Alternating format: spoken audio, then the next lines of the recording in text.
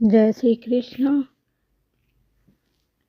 जिसकी इंद्रियां सर्वथा वश में है उसमें और साधारण मनुष्यों में क्या अंतर है, इसका उत्तर भगवान श्लोक 69 में देते हैं। या निशा सर्वभूतानां तस्यां जागृति संयमी तस्यां जागृति भूतानि सा निशा पश्यतो मुने। संपूर्ण प्राणियों की जो रात परमात्मा से विमुक्ता है उसमें संयमी मनुष्य जागता है और जिसमें सब प्राणी जागते हैं, भोग और संग्रह में लगे रहते हैं, वह तत्व को जानने वाले मुनि की दृष्टि में रात है। अब हम व्याख्या देखेंगे विस्तार से। या निशा सर्वभूतानाम, जिसका अर्थ है जिनकी इंद्रियां और मन वश में नहीं है, जो भोगों में आसक्त है, वे सब परमात्मा तत्व की तरफ से सोए हुए हैं। परमात्मा क्या है, तत्व ज्ञान क्या है, हम दुख क्यों पा रहे हैं, संताप जलन क्यों हो रही है, हम जो कुछ कर रहे हैं उसका परिणाम क्या होगा, इस तरफ बिल्कुल न देखना ही उनकी रात है, उनके लिए बिल्कुल अंधेरा है। यहाँ भूतानाम कहने का तात्पर्य है कि जैसे पशु पक्षी आदि दिन भर खाने पीने में ही लगे रहते हैं, ऐसे ही जो मनुष्य रात दिन खाने पीने में, सुख आराम में, भोगों में और संग्रह में, धन कमाने में ही लगे हुए हैं, उन मनुष्यों की गणना भी पशु पक्षी आदि में ही है। कारण कि परमात्मा तत्व से विमुख रहने से पशु पक्षी आदि में और मनुष्यों में कोई अंतर नहीं है, दोनों ही परमात्मा तत्व की तरफ से सोए हुए हैं। हाँ, अगर कोई अंतर है तो वह इतना ही है कि पशु पक्षी आदि में विवेक शक्ति इतनी जागृत नहीं है, इसलिए वे खाने पीने आदि में ही लगे रहते हैं, और मनुष्यों में भगवान की कृपा से वह विवेक शक्ति जागृत है, जिससे वह अपना कल्याण कर सकता है, प्राणी मात्र की सेवा कर सकता है, परमात्मा की प्राप्ति कर सकता है। परंतु वह विवेक शक्ति का दुरुपयोग करके मनुष्य पदार्थों का संग्रह करने में एवं उनका भोग करने में लग जाते हैं, जिससे वे संसार के लिए पशुओं से भी अधिक दुखदायी हो जाते हैं। कारण कि पशु पक्षी तो बेचारे जितने से पेट भर जाए उतना ही खाते हैं, संग्रह नहीं करते, परंतु मनुष्य को कहीं भी जो कुछ पदार्थ आदि मिल जाता है वह उसके काम में आए चाहे ना आए, उसका तो वह संग्रह कर ही लेता है और दूसरों के काम में आने में बाधा डाल देता है।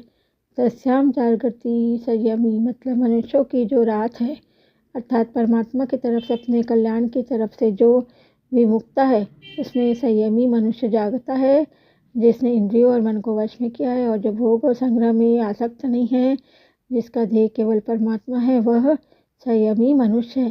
परमात्मा तत्व को, अपने स्वरूप को और संसार को यथार्थ रूप से जानना ही उसकी रात में जागना है। यस्याम जागृति भूतानि मतलब जो भोग और संग्रह में बड़े सावधान रहते हैं, एक एक पैसे का हिसाब रखते हैं, जमीन के एक एक इंच का ख्याल रखते हैं, जितने रुपये अधिकार में आ जाए वे चाहे न्यायपूर्वक हो अथवा अन्यायपूर्वक, उसमें वे बड़े खुश होते हैं कि इतनी पूंजी तो हमने ले ली है, इतना लाभ तो हमें हो ही गया है। इस तरह वे सांसारिक क्षण भंगुर भोगों को बटोरने में और आदर सत्कार मान बढ़ाई आदि प्राप्त करने में ही लगे रहते हैं, उनमें बड़े सावधान रहते हैं। यही उन लोगों का जागना है। सा निशा पश्यतो मुने मतलब जिन सांसारिक पदार्थों का भोग और संग्रह करने में मनुष्य अपने को बड़ा बुद्धिमान चतुर मानते हैं और उसी में राजी होते हैं, संसार और परमात्मा तत्व को जानने वाले मननशील सही मनुष्य की दृष्टि में वह सब रात के समान है, बिल्कुल अंधेरा है।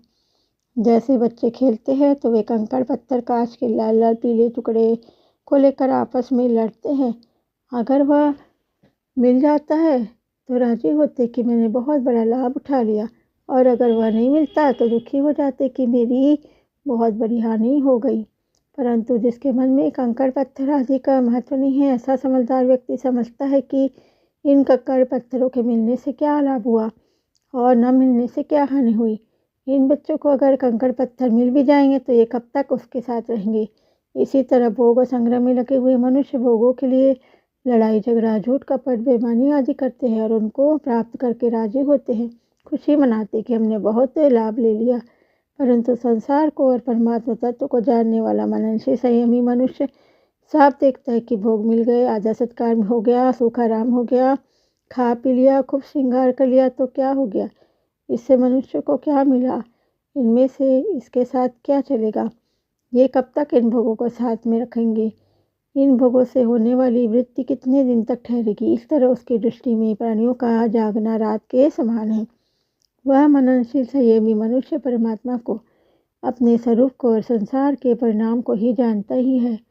वह पदार्थों को भी अच्छी तरह से जानता है कि कौन सा पदार्थ किसके हित में लग सकता है, इससे दूसरों को कितना लाभ होगा। वह पदार्थों का अपनी अपनी जगह ठीक तरह से सदुपयोग करता है, उनको दूसरों की सेवा में लगाता है।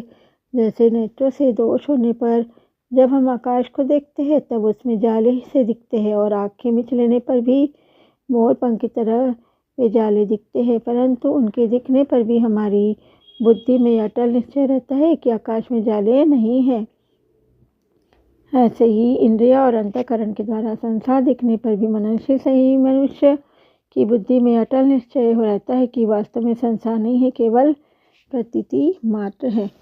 इस श्लोक का परिशिष्ट भाव है, सांसारिक मनुष्य रात दिन भोग और संग्रह में ही लगे रहते हैं। उनकी महत्वता है, उनके दिमाग में सांसारिक कार्यों में बड़े सावधान और निपुण होते हैं, तरह तरह के कला कौशल सीखते हैं, तरह तरह के आविष्कार करते हैं, सुख भोगने के लिए बड़ी बड़ी तपस्या करते हैं, देवताओं की उपासना करते हैं, मान जप करते हैं, मंत्र को जपते हैं आदि आदि।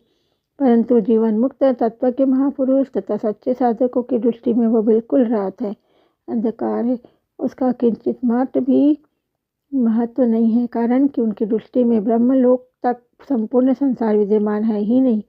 नास्तो विद्यते भावः आब्रह्म भुवनान् ललोकः पुनरावर्तिने अर्जुन। सांसारिक लोग तो संसार में ही रचे पचे रहते और ऐसा मानते हैं कि जो कुछ है वह यही है। नान्यदस्तीति वादिनः कामोपभोग परमा एतावदिति निश्चितः। पारमार्थिक विषय में उनकी बुद्धि जाती ही नहीं, परंतु पारमार्थिक साधक पारमार्थिक विषय के साथ साथ संसार को भी जानते हैं, इसलिए उनके लिए पश्चाताप पद लिया गया है।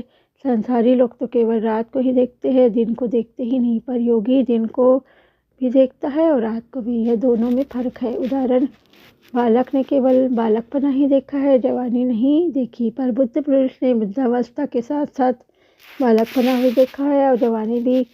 रुपये रखने वाला व्यक्ति रुपये के त्याग को नहीं जानता, पर रुपयों का त्याग करने वाला रुपयों के संग्रह को भी जानता है और त्याग को भी जानता है। यह सिद्धांत है कि संसार में लगा हुआ मनुष्य संसार को नहीं जान सकता, संसार से अलग होकर ही वह संसार को जान सकता है, क्योंकि वास्तव में वह संसार से अलग है। इसी तरह परमात्मा के साथ साथ एक होकर भी मनुष्य परमात्मा को जान सकता है, क्योंकि वास्तव में वह परमात्मा के साथ एक है।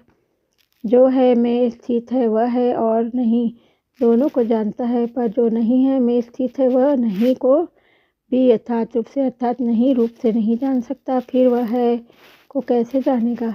नहीं जान सकता, उसमें जानने की सामर्थ्य ही नहीं है को जानने वाले तो नहीं को नहीं मानने वाले के साथ विरोध नहीं होता, पर नहीं को मानने वाले का है को जानने वाले के साथ विरोध होता है। जय श्री कृष्ण।